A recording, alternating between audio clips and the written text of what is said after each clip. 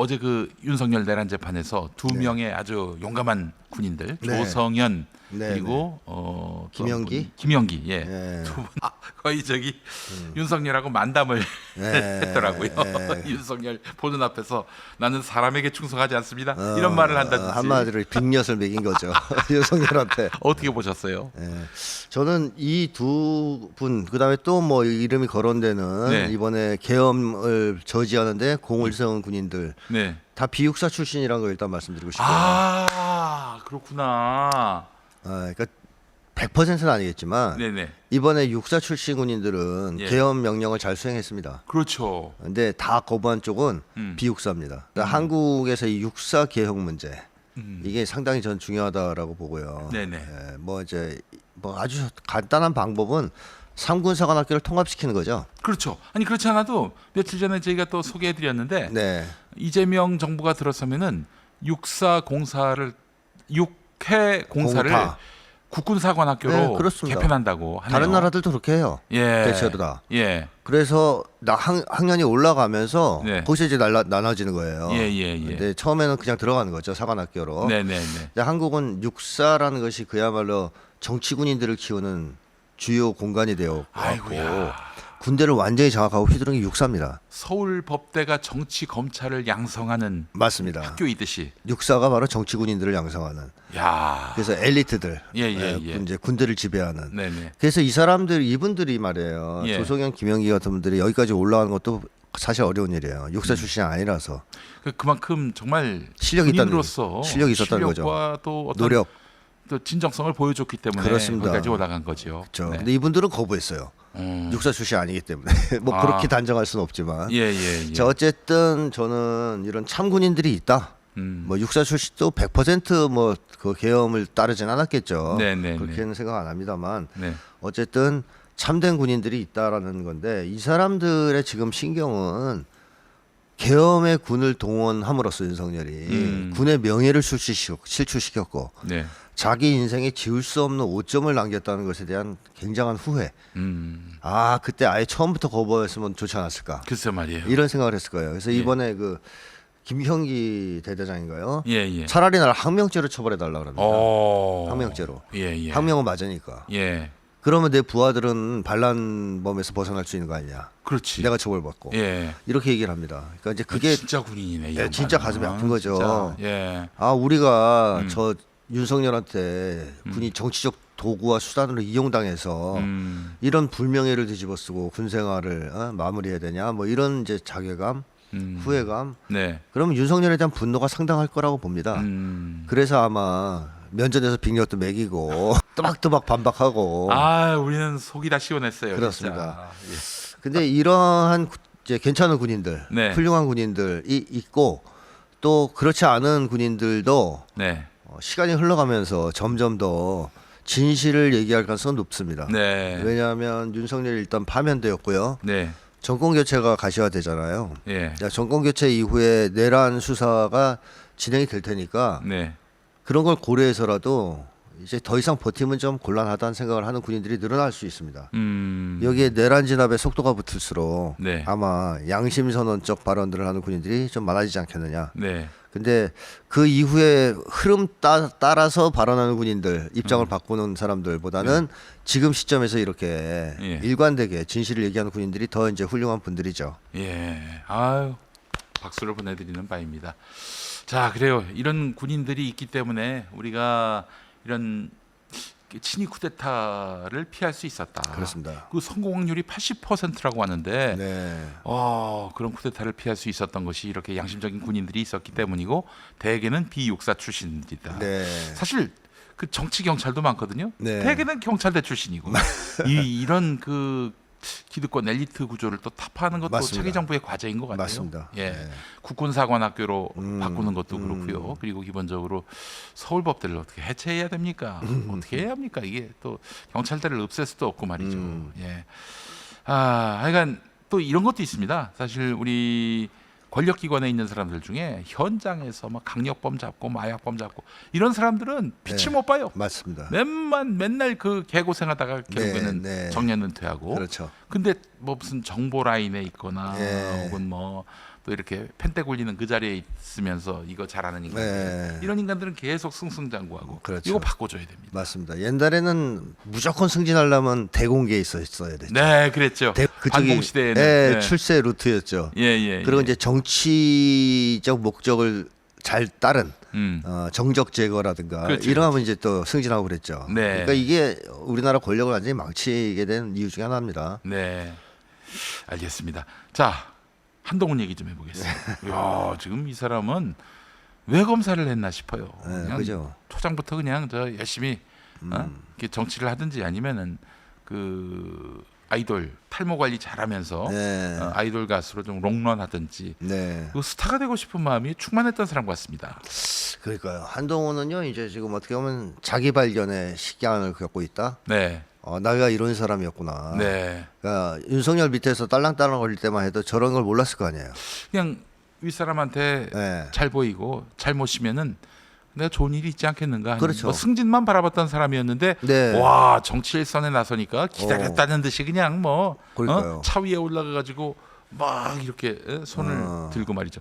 저도 정치 잠깐 했지만은 좀 부끄러웠어요.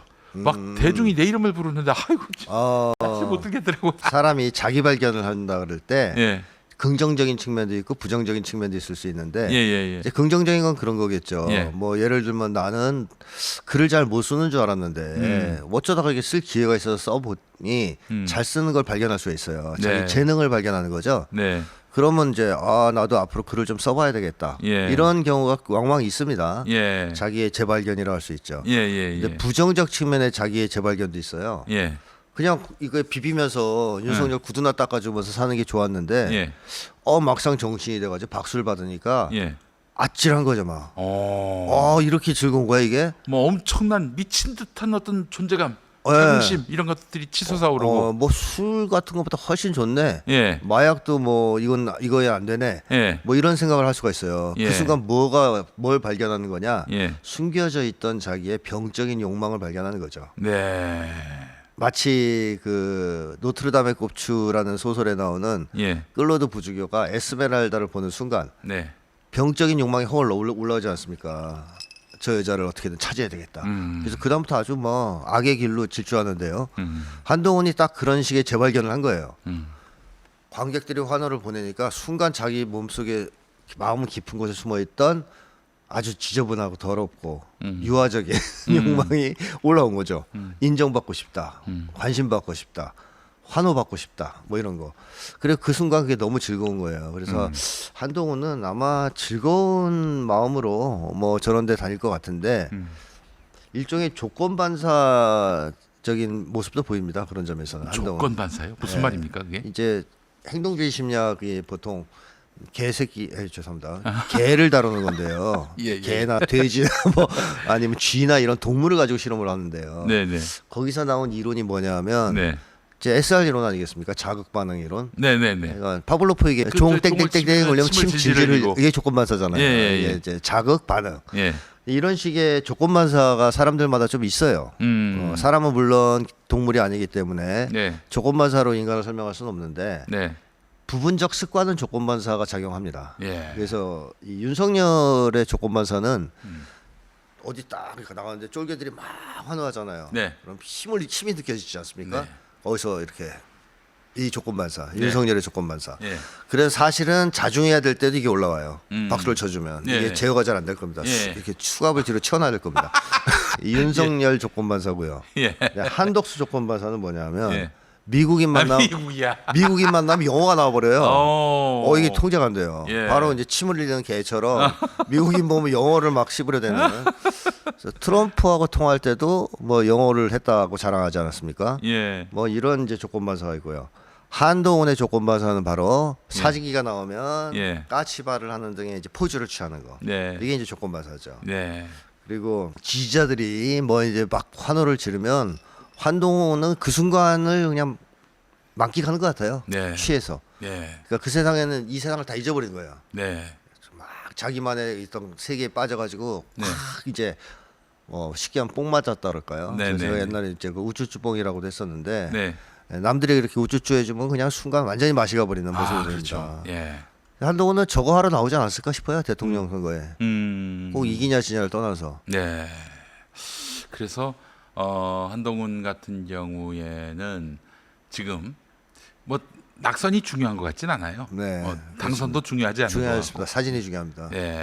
그래서 이대로 한 계속 정치로서 나의 갈 길을 가야 되겠다 이렇게 판단하고 있는 것 같은데, 근데 지금의 팬심도 사실은 뭐가 될 것 같으니까 이렇게 붙는 팬심 아닙니까? 당연하죠.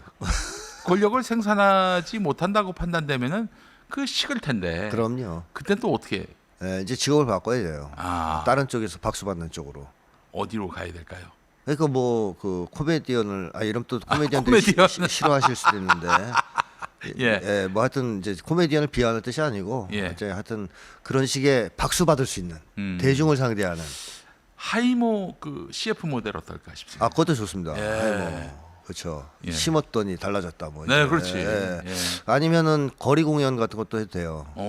버스커 같은. 예, 거기서 이제 이상한 짓 해가지고 박수 받고. 그러니까 박수 받는 거가 중요한 사람 아니에요 지금 보니까. 근데 과거에 그 검찰에 있을 때 예. 이게 이제 윤석열의 그 청부를 받고 이재명 죽이기에 나섰던 아주 살벌한 사람인데, 그렇죠. 이런 사람한테 아이돌이 가질 만한 심리가 있다는 것이 좀 사실 놀랍습니다. 그렇죠. 그래서 저는 재발견이라는 거지. 나의 재발견. 그러니까 한동훈이가 이걸 맛본 이상 되돌아가기 좀 어려울 수도 있다 이런 네. 생각까지 들어요. 예. 이 즐거움을 맛본 이상. 예. 근데 제가 또 주목했던 부분이 뭐냐면, 지난번에 홍준표가 물어봤잖아요. 그 머리가 생머리냐라고 네. 했을 때 유치하군요. 이러고 넘어가더라고요. 예. 근데 그 사람들이 다 알고 있는데 뭐 본인만 뭐 그거에 대해서 해명하기 싫어한다 하더라도 사람들이 다 알고 있는 네. 그대의 탈모 상황인데, 그거를 인정하거나 혹은 그런 것들도 말하자면 어떤 대중에게 웃음거리를 제공함으로써 자신에 대한 어떤 경계심을 늦추게 하는 그런 용도로 활용할 가능성은 없을까요? 그러니까 한동훈은 공익적 사고를 하지 않는 사람. 그러니까 공익성이라고 찾아볼 수 없는 사람입니다. 네. 제가 한동훈이 대머리라서 싫어하는 게 아니에요. 아유, 그럼요. 누가 그걸 네, 대머리가 문제 싫어하는 게 삼습니까? 아니고요. 대머리의 자존감을 손상시키기 때문에 싫어하는 거예요. 그러니까 예를 들면 예. 흑인이나 백인처럼 하얗게 칠하고 나서 자기 백인이라 그러면 예. 흑인들한테 어떤 영향을 주겠습니까? 미친놈이라고 그러죠. 흑인들 자존감이 상해요. 그렇지. 아니 왜 우리가 흑인인 걸 부끄러워해야 되냐? 예. 당당하게 흑인인 걸 밝히고 예. 나가서 토론을 예. 하지 예. 백인인 척하냐? 예. 이런 생각하지 않겠습니까? 예.